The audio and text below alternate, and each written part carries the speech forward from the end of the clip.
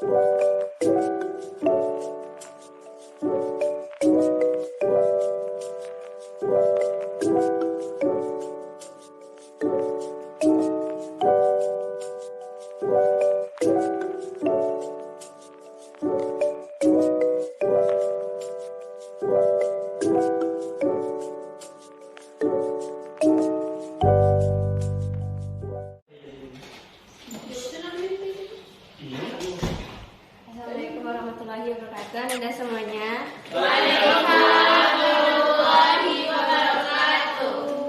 Bagaimana kabarnya hari ini? Baik, Bu. Alhamdulillah. Nah, sebelum belajar, marilah kita berdoa terlebih dahulu. Kedua, salah demi doanya. Siap. Berdoa mulai. Selesai. Dan sebelum belajar, silakan perhatikan apakah di bawah meja atau kursinya ada sampah. Jika ada, silakan dibuang terlebih dahulu dan dirapikan meja dan kursinya ya. Oke, Bu.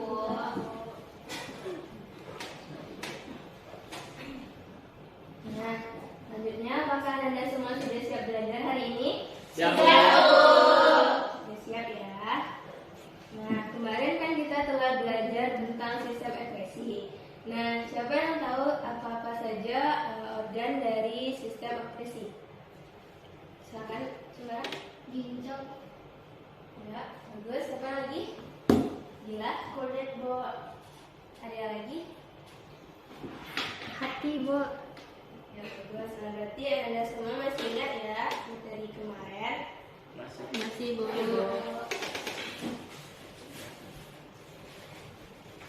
Nah, sekarang Ibu ada gambar. Nah, coba Anda perhatikan.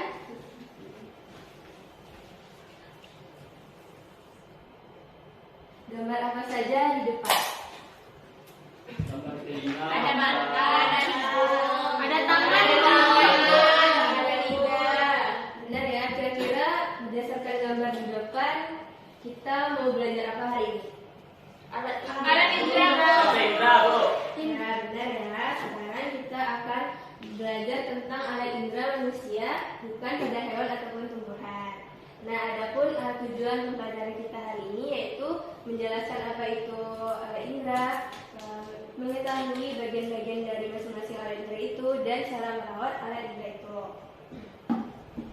Nah, sekarang mau bertanya, apa itu alat indera? Siapa yang tahu jawabannya, silakan angkat tangannya.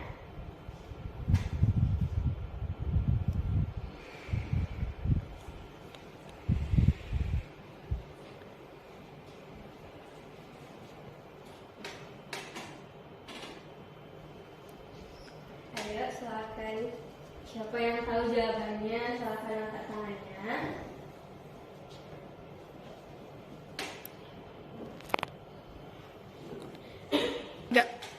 Siapa yang tahu jawabannya, silakan angkat tangan.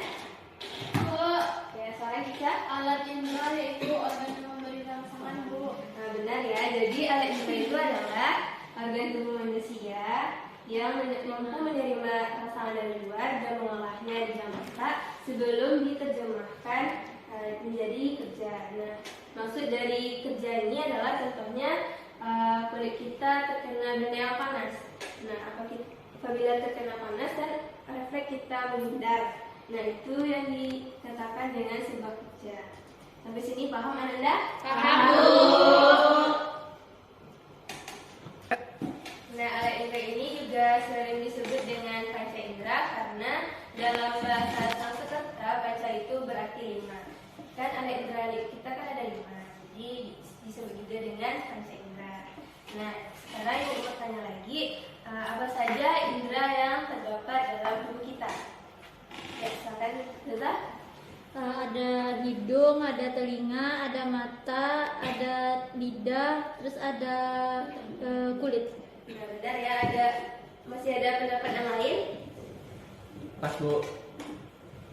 Nah, jadi sebenarnya tuh indera kita tuh kayaknya indera penglihatan, indera pendengaran, indra pengecap, indra peraba, dan indra penglihatan. Nah, pembau. Nah, jadi mata sebagai indra penglihatan, telinga sebagai indra pendengar, hidung sebagai indra pengecap, hidung sebagai indra pembau, lidah sebagai indra pengecap, dan kulit sebagai indra peraba. Di sini ibu akan memperlihatkan satu video. Jadi Anda semua silahkan dicatat informasi-informasi pentingnya di buku catatannya dan perhatikan dengan baik ya, Ibu. Kalau diperhati. Panca indera. Kita manusia mampu mengenali lingkungan sekitar dengan 5 alat indera yang kita miliki. Ada mata, hidung, mulut, telinga, dan kulit. Karena jumlahnya ada 5, maka dikenal dengan sebutan panca indera. Ada yang tahu masing-masing kegunaannya? Yuk kita bahas satu persatu. Mata berfungsi untuk melihat atau sebagai indera penglihatan. Bagian mata seperti alis, kelopak, dan bulu mata berfungsi melindungi mata dari keringat dan debu. Pada kelopak atas juga terdapat kelenjar air mata yang mencegah mata kering dan iritasi. Sebagian bola mata juga tampak dari luar. Yang berwarna putih adalah lapisan terluar dinding bola mata yang disebut sklera. Di bagian tengah terdapat lingkaran berwarna yang disebut dengan iris. Bagaimana mata bisa melihat? Mata dapat melihat sebuah benda jika ada cahaya. Sebagian cahaya yang mengenai permukaan benda akan dipatukan dan ditangkap oleh mata. Cahaya yang ditangkap akan menembus kornea mata dan diteruskan melalui pupil. Lubang pupil dapat melebar atau mengecil tergantung pada banyaknya cahaya. Jika menerima cahaya terang, pupil akan mengecil. Sebaliknya, jika menerima cahaya redup, pupil akan melebar. Lubang pupil dapat berubah-ubah karena diatur oleh otot pada iris. Setelah melalui pupil, cahaya akan mengenai lensa mata dan dibiaskan. Lensa memiliki daya akomodasi atau kemampuan mencembung dan membidik. Lensa mata berfungsi mengatur cahaya agar jatuh tepat di retina. Rangsana cahaya yang jatuh di retina kemudian dikirim ke otak melalui saraf. Otak akan mengolahnya agar mata kita dapat melihat benda. Hidung berfungsi untuk mencium bau atau sebagai indera penciuman. Bau akan masuk melalui lubang hidung, kemudian mengenai ujung-ujung saraf yang terletak di lari-lari rongga hidung. Rangsangan bau akan dikirim ke otak untuk diolah agar hidung kita dapat mencium bau. Lidah berfungsi untuk mengecap rasa atau sebagai indera pengecap. Lidah ada di dalam rongga mulut. Pada permukaan lidah terdapat tonjolan-tonjolan yang disebut papila. Setiap papila memiliki kumpulan kuncup pengecap. Di dalam kuncup pengecap terdapat ujung-ujung saraf yang dapat menerima rangsangan rasa makanan. Rangsangan tersebut kemudian dikirim ke otak. Lidah kita dapat mengenali berbagai rasa seperti manis, pahit, asam, dan asin. Apakah benar lidah memang memiliki pembagian zona rasa seperti ini?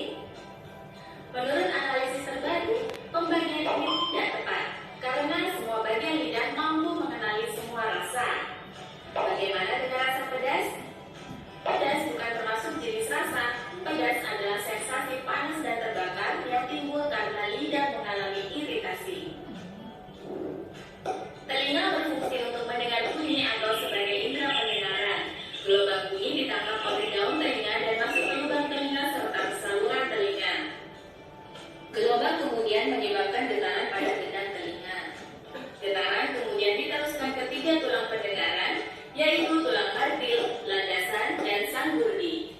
Getaran dari tulang pendengaran akan diteruskan ke cairan di dalam koklea. Getaran cairan koklea akan merangsang ujung-ujung saraf pendengaran.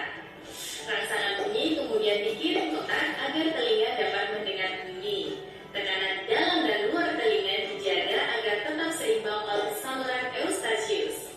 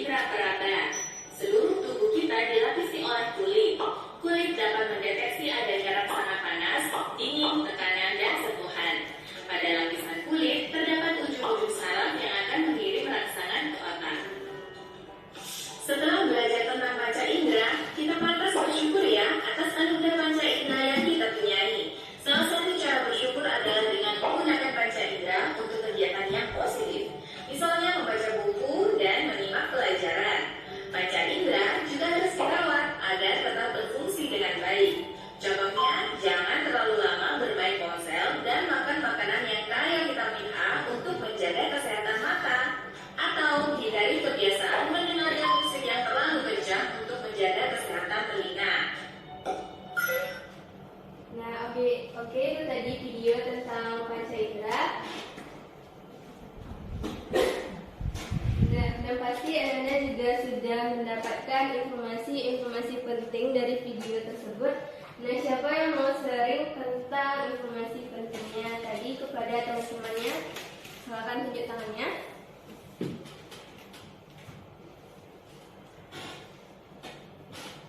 Silakan Anita. Jadi video tersebut itu menjelaskan tentang bagian-bagian alat indera, mekanisme dari masing-masing alat indera dan cara merawat alat indera tersebut. Benar sekali ya, kita beri aplaus dulu kepada Anita. Jadi di video tersebut menjelaskan tentang bagian-bagian alat indera tersebut dan bagaimana cara menjaga alat indera dan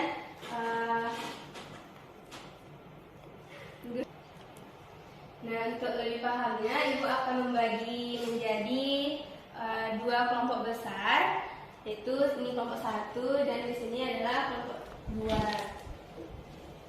1, 2, 3, 4, 1, 2, 3, 4, 5. Silakan ini pindah ke sini. Nah, nanti Ibu akan membagikan LKPD. Silakan Anda kerjakan selama 15 menit. Nah, nanti presentasi ke depan Ibu harap tidak membaca saja, tapi juga diterangkan nanti di depan, dan Ibu juga akan menampilkan LKPD-nya di depan. Nah, sekarang Ibu beri waktu 15 menit untuk mengerjakan.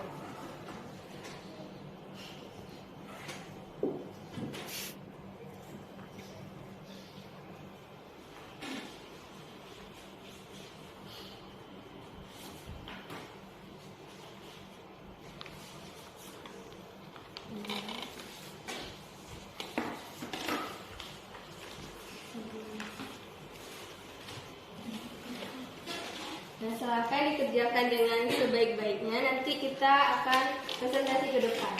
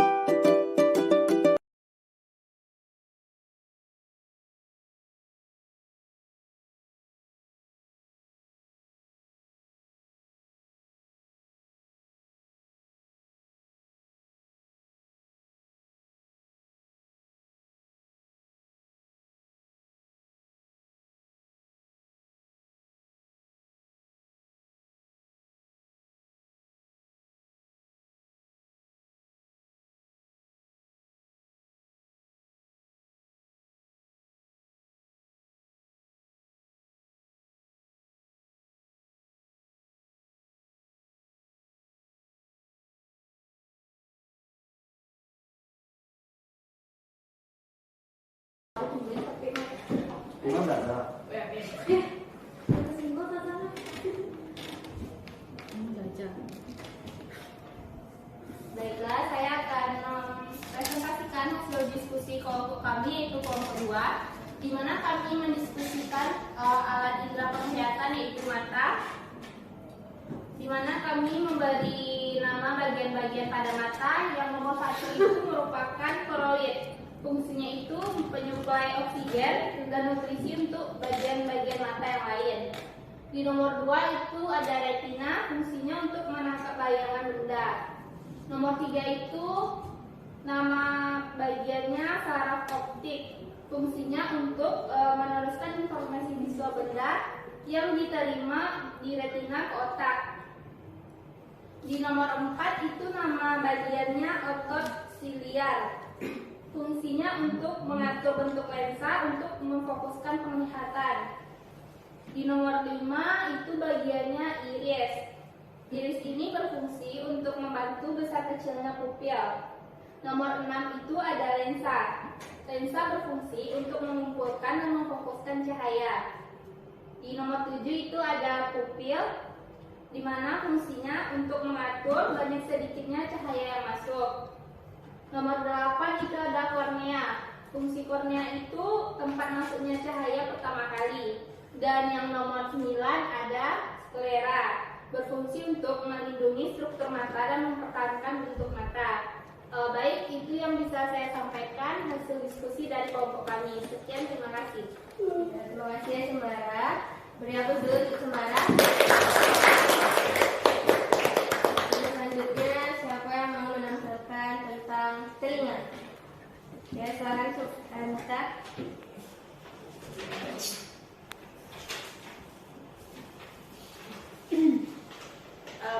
Dari hasil diskusi kami tentang mengenai alat indera pendengaran yaitu telinga, itu nomor 1 itu daun telinga yang fungsinya itu mengumpulkan bunyi ke lubang telinga. Yang kedua itu lubang telinga itu berfungsi untuk meneruskan bunyi ke gendang telinga. Yang ketiga itu gendang telinga itu mengubah bunyi menjadi getaran. Yang keempat itu 3 tulang pendengaran itu berfungsi untuk memperkuat getaran ke saluran telinga dalam. Yang kelima itu rongga telinga tengah, itu menghantarkan bunyi ke telinga bagian dalam. Yang keenam itu saluran Eustachius, itu menghubungkan rongga mulut dengan telinga dalam dan mengatur keseimbangan. Yang ketujuh itu jendela oval, itu meneruskan gerakan gendang telinga ke telinga dalam. Yang kedelapan itu organ keseimbangan. Yang kesembilan itu rumah siput atau koklea, itu yang berfungsi untuk mengubah getaran menjadi impuls. Yang ke-10 itu jendela bulat yang berfungsi untuk memungkinkan cairan di koklea bergerak. Yang ke-11 itu saraf auditori, itu menyampaikan informasi ke otak. Sekian hasil diskusi kelompok kami, Bu. Terima kasih. Ya, terima kasih Anita. Beri aku dulu untuk Anita. Selanjutnya itu alat indera lidah. Siapa yang mau menampilkan lidah? Ya, silakan Nabila.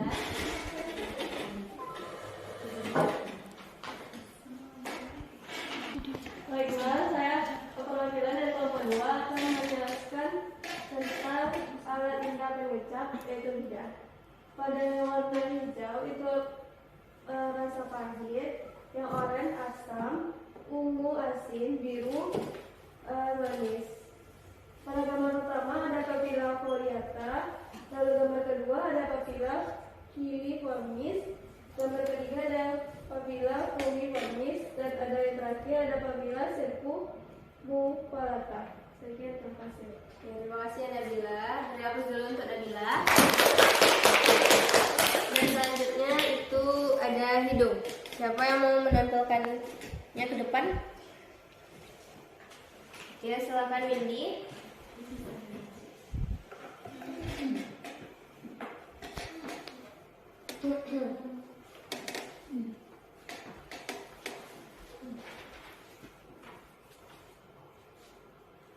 Baiklah, saya perwakilan dari kelompok 1 yang akan menjelaskan tentang bagian-bagian dari hidung.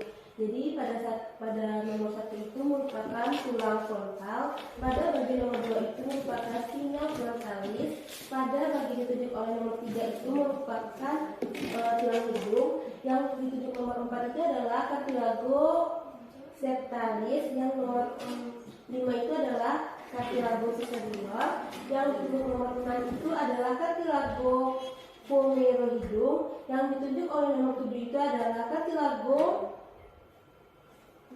hidung. Yang ke-8 itu ada spina hidung anterior, yang ke-9 itu ada insula tonal, dan yang pada nomor 10 itu adalah lina perpendicular, yang ke-11 itu ada sinus sphenoid, yang ditunjuk pada nomor 12 itu ada tulang vomer, yang ditunjuk pada nomor 13 itu ada krishna velatum, dan yang ditunjuk pada nomor 14 itu ada crista maxilla. Begitu.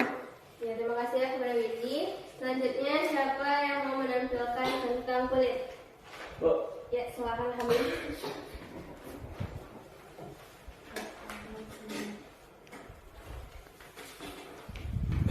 Baik, saya perwakilan kelompok 1 akan presentasikan hasil diskusi kami mengenai kulit, yaitu sebagai alat indera praba. Nah, pada yang ditunjuk pada nomor 1 itu adalah rambut, yang mana dia berfungsi untuk mencegah kotoran atau benda luar masuk ke dalam kulit kita.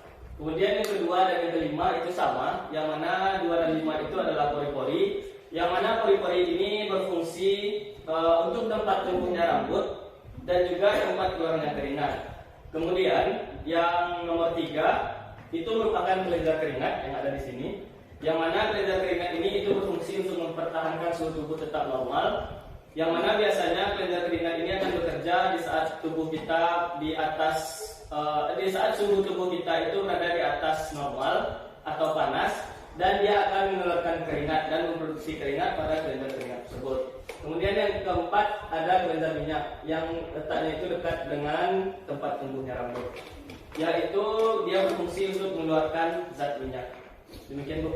Ya, terima kasih ya Hamim. Berikan dulu untuk Hamim.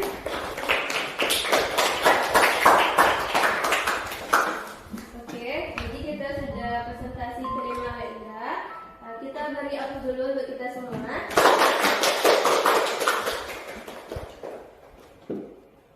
Tiga. Nah, selanjutnya kita masuk ke sesi kesimpulan. Apakah dari anda semua ada yang mau menyampaikan kesimpulan kita pada hari ini? Saya, Bu. Ya, silakan Rahmi.